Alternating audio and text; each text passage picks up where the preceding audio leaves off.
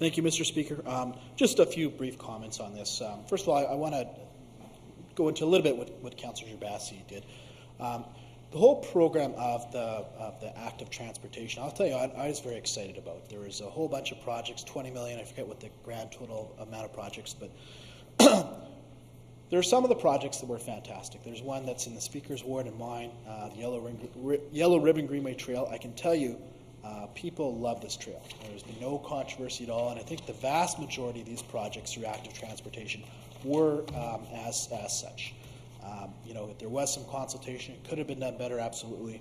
But the vast majority of these projects that we did have enhanced the quality of life for our citizens in our area. So I just want to address that. Each ward councillor did have an opportunity to take a look at the plans that were there. They came and approached me in terms of a number of projects, and the councillor had to make decisions on whether it made sense for the community once the consultations that were there. There were some in my ward that were part of, in my comfort zone, if you will. There was one, I know some of the presenters earlier, took issues with some of the ones that were in my area as well. But there's also an opportunity for each councillor to say yay or nay to them. For instance, I'll give you an example. The active transportation folks had a proposal to do some bikeways, the thing that Councillor Orlico has kind of navigated through the election process. They wanted to do some bikeways, or the roundabouts, if you will, in the Brooklands area. And I didn't have any consultation. They had made representation that they consulted the public on that. I wasn't sure they did. So I killed it. I stopped it at the community committee process. So there is an ability for councillors to make some changes at the community committee level. So I just want to put that on the record. As I mentioned, I took some heat on one of mine, the Berry Street location, and was it my favorite active transportation trail? No, but I tried to listen to the public. I tried to go on, if media had some concern about it, go on some media shows, express my interest on it, and sometimes they were good. But I can tell you one thing, which is funny. It's 18 months later.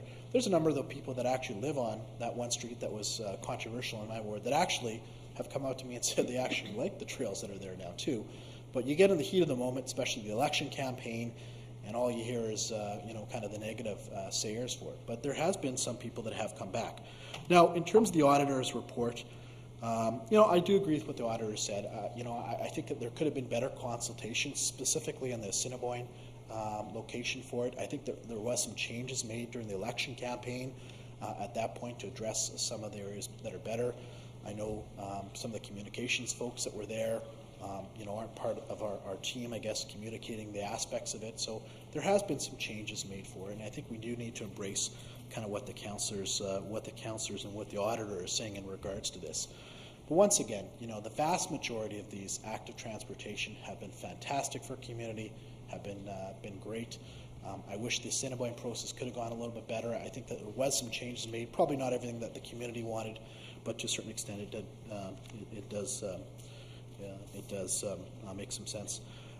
There has been a lot of talk about this. I mean, anyone that was involved in the last election campaign that had voted on these active transportation trails heard about it. You heard about the doors, you were talking about the media, and if you're a part of some of the controversial ones, you really heard about it.